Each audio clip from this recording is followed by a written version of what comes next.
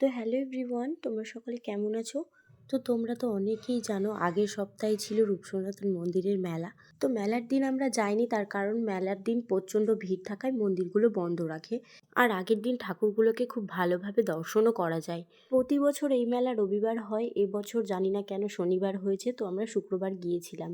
আমাদের বাড়ি থেকে রূপসনাতন মন্দিরটা খুব একটা দূর না, ওই 20 মিনিট থেকে 30 মিনিট যেতে লাগে। তো রাস্তার ধারে অনেক মাটির বাড়ি ছিল, সেগুলোকে ভেঙে ইটের বাড়ি তৈরি করা হয়েছে, কিন্তু কিছু কিছু মাটির বাড়ি রয়ে গেছে।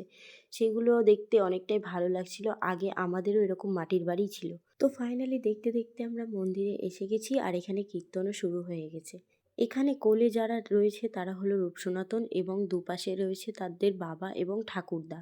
এটা কোন ঠাকুর তা আমার জানা নেই, কিন্তু পাথরের ছিল, কালী ঠাকুরের মতো লাগছিল দেখতে। তো এখানে পাথরের বলো বা মাটিরই মূর্তি বলো, এই মূর্তিগুলো ছিল রূপসনাতন এবং আরও অন্যান্য, নিচে তাদের নামও লেখা ছিল। যত সম্ভব তাদের শৈশবকালের জীবন কাহিনীগুলোকেই তুলে ধরা হয়েছে। তো এখানকার মেন যেটা আকর্ষণ ছিল, যেটা দেখার জন্য আমি একটা বছর অপেক্ষা করে থাকি, এই রাধারানী, শ্রী চৈতন্য, জগন্নাথ, লাড্ডু গোপাল, শিব ঠাকুর, প্রচণ্ড সুন্দর করে এই ঠাকুরগুলোকে সাজানো হয়। এই কটা দিন বলে না, প্রতিটা বছর এনারা সাজায়। চলো এবার আমরা অন্ন গ্রহণ করে আসি। এখানে আজকে অন্ন রান্না করা হয়েছিল, খিচুড়ি, তরকারি আর পাঁপড়, সাথে চাটনিও ছিল। তো যাই হোক, আমি জানি না কতটা ঠিক কতটা ভুল বলেছি আমি।